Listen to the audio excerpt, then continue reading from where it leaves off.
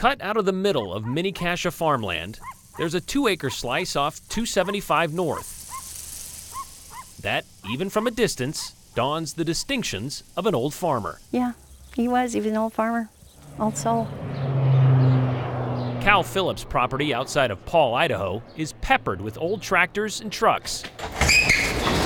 But a closer look inside the outbuildings reveals so much more, as his daughter Sherry Anderson can show you. There are cars housed in here. Still, I can't believe all the cars. And squeezed in here, also over here, and lined up in here. You know, he was a product of the 30s, so he kept everything. Vernon Callan Phillips was born in eastern Idaho in 1925, went to war and was wounded in the 40s, and returned home from the Philippines to raise a family and a farm, growing potatoes and sugar beets and barley. He was, 90 miles an hour with his hair on fire from spring until fall, and then in the wintertime, it was getting ready to plant again in the spring. Those days, cars and trucks were just tools to navigate his nearly 2,000 acres of irrigated fields. They last about 2 years, and Dad go into town, buy another $50 pickup, bring it home. Remembers his son, Randy. I don't think he ever paid more than $50 for one.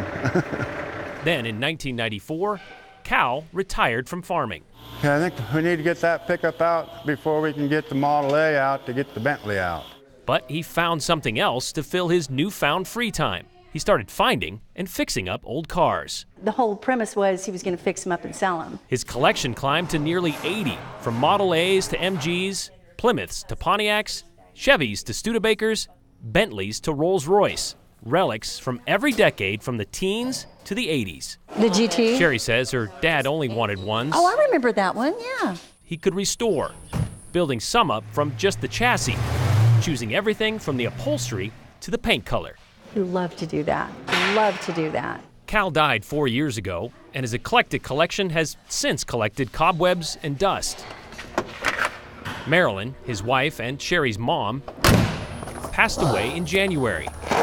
But long before that day, Sherry began preparing for this day. Bye! Not that any amount of preparation very much can help alleviate any emotion. Because it's kind of like selling a piece of Dad. Sherry knows there's no way she and her siblings could keep these cars. So about 70 of these classics will make their way to an auction house in Nampa, keeping Sherry's brother, I'll get the other hose, and her husband Bill, a lot of work to be done, a lot of tires to pump up, busy. a lot of batteries to charge. Some of these cars will see the light of day for the first time in a long time, but they will always be a bright memory for Sherry. So there's family stories, there's family memories. Some of these cars, the grandkids learned how to drive in. A legacy of an old farmer's love for old cars that will now be passed on to others. If we can sell these cars to someone that's going to appreciate them like Dad did, then we've done what we were supposed to do. Brian Holmes, Idaho's News Channel 7.